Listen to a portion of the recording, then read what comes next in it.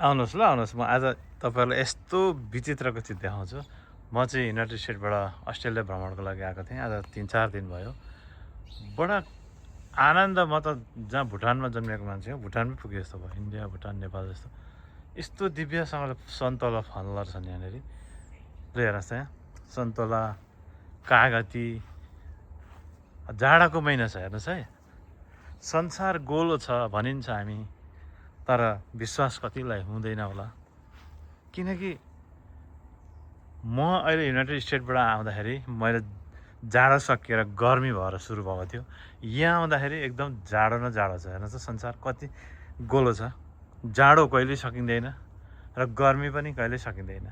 उता गर्मी यता जाडो उता गर्मी तर पनि जाडैमा पनि यति मजाले हेर्नुहोस् यहाँ सन्तोलाले हेर्नुहोस् यहाँ सन्तोला बडो विचित्र लाग्यो म त यस्तो दिव्य लाग्यो वा बस्ने ठाउँ त साँच्चै भन्यो भने नभनिहालौँ कि भनौँ कि जस्तो खोर्सानी ल हेर्नुहोस् है गोलभेडाको रुख हेर्नुहोस् त्यहाँ हामी यति मुगो किनेर खाइन्छ अमेरिकामा यहाँनिर प्रशस्तै गोलभेडा फल यहाँ हेर्नुहोस् त ए हेर्नुहोस् है म हजुरलाई म ए पुरै पाकिरहेको छ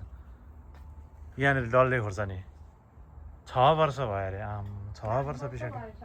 7 वर्ष भन्नुहुँदैछ माताले 7 वर्ष भयो अरे खोर्सानीको डल्ले खोर्सानीले हेर्नुहोस् त यहाँ म चढ्दा थाम्ने खालको छ वा कति सुनौलो हेर्नुहोस् त कति खुसी लाग्दो कुरो गोलभेडा चाहिँ हेर्नुहोस् न गोलभेडाको रुख प्रत्येक छ यहाँ हेर्नुहोस् है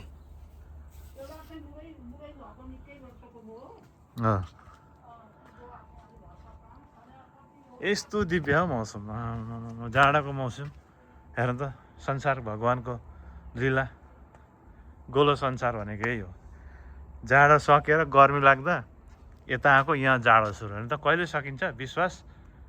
छ नि विश्वास मत भयो नि हेर्नु त यो भिडियो चाहिँ अन्तिमसम्म हेर्नु होला हजुरहरूलाई